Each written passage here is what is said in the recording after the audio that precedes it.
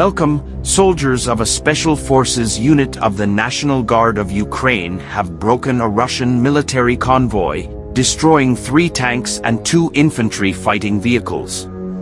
Special Forces of the National Guard discovered and destroyed a convoy of Russian military equipment in Donetsk Oblast. As a result of Ukrainian fire, 3 tanks and 2 infantry fighting vehicles were destroyed and their crew killed.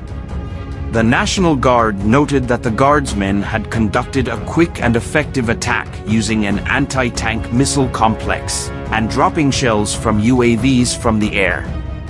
The General Staff of the Armed Forces of Ukraine has reported that Russian occupation forces in Kherson Oblast are destroying privately owned boats docked on the banks of the river Dnipro and have ordered the residents of Berislav to leave the city. General Staff of the Armed Forces of Ukraine on Facebook.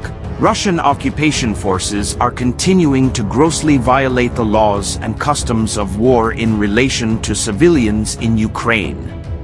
Privately owned boats docked on the banks of the river Dnipro are being destroyed en masse. The occupiers are pilfering the boats' engines and other property they find there. Some of the fuel that leaked as a result of the sinking of civilian vessels has ended up in Dnipro's delta and is threatening to pollute the ecosystem of the Nizhnodniprovsky National Park. Russian occupation forces are continuing to forcibly evacuate the residents of temporarily occupied territories. Residents of Berislav have been ordered to leave the city by November 10th. The occupiers claim that the main reason for the evacuation is the possible attack on the Kakhovka hydroelectric power plant dam by the Ukrainian Defense Forces. The General Staff additionally reported that Russian forces are attempting to maintain control over the temporarily occupied territories of Ukraine and are focusing their efforts on preventing the advance of the Ukrainian Defense Forces on several fronts.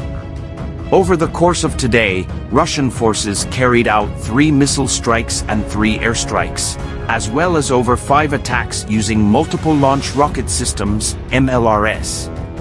7 Ukrainian cities, towns and villages in Zaporizhia, Donetsk, Luhansk, Mykolaiv and Sumy oblasts came under Russian fire. There were no significant changes on the Volyn and Polysha fronts. The Republic of Belarus is continuing to aid and support Russia's military aggression against Ukraine. Russian troops are being housed in Belarus.